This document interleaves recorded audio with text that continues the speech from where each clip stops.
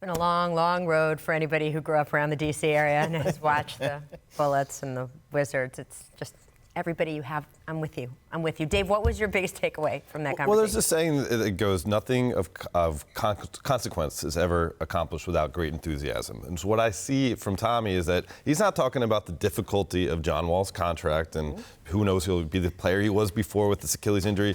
He's not talking about the fact that they kind of dragged out the search before they gave him the title. He's talking about the opportunity here, and guess what? It's going to take a lot of enthusiasm to get them out of the current situation they are in with that franchise. I saw some leadership out of him. I was impressed by him. He's a basketball guy, universally respected in this sport, but there's still a tough mountain to climb. I would say the interview was great, but mixed reviews on the Wizards here. For reasons, as you stated, it took them too long, I think, to get to this point. I do like the Sachi Braun hiring, though. Sachi Braun, I think, is an underrated part of the Browns' rebuild in the NFL. He doesn't get enough credit for that, although he is kind of the Sam Hinkie of the NFL, which leads me to believe a real rebuild is coming, whether that includes Bradley Beal or John Wall or not. I do think the other part of this that concerns me is this is still part of the brain trust that traded Otto Porter for 2 expirings and a future second-round pick in 2023. So if I'm the guys on this roster like John Wall and Bradley Beal, I'm like, do I really want to hitch my wagons to these guys? I mean, there's a lot of things. I mean, you can go, there's a list that floats around the internet. It's very easy to find of all of the sort of draft picks they made and what those ended up being, and it's a whole lot of nothing. And that's the first question I asked him, really. How do you differentiate yourself from the last regime, because they haven't gotten past the second round of the playoffs in the 16 years that he's been with the franchise. So how do you sort of move forward from that?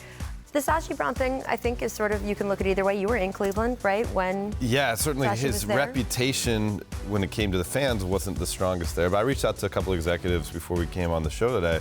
One called him brilliant, one NBA GM currently, and another current NBA GM said he was super intelligent. And I think if he has that reputation for maybe making the moves that fans might not necessarily appreciate, but people in that role in the front office in professional sports have seen and respected, that there's something to it. Because again, as I mentioned, the Wizards' current situation, you got to think outside the box. You don't have all the war chest of assets at your side. You don't have obviously superstars under contract who are healthy. You're talking about John Wall. And so when Tommy Sheppard said, I like to have different voices I can bounce ideas off of, this is a different voice. And how about the fact that Sachi Braun gets to go to bed at night knowing he has a business card from his time in the Major League Baseball and the NBA and the NFL. That's a pretty good life he's living so far. Right. And we should make clear, by the way, this is not a basketball operations role. It is an operational operations role. So it's more of organization and sort of whole structure, planning and management. I do like that different voices thing. I think they have set up the front office in this way where they are really saying, hey, athlete care, which includes, by the way, mental health and financial health, and sort of getting their guys to learn about things that come with being a professional basketball player right out of the box. That's a whole department now. It's not just incidental, something we're going to deal with. I think that will make better basketball players for them. I think he's talking about the facilities. I think that will draw people. I spoke to Ted Leonsis over the weekend. I mentioned at the top of the show, he and I were talking about he wants to be a little bit more front and center. You'll see him more front and center in the Wizards press conference today, because he said, I really realized in talking to agents and other people that represent players that ownership is an advantage in the NBA. You have a guy who came up through AOL. That's where he made his money. He's a tech guy. He's a business guy. He's self-made. He didn't inherit his fortune.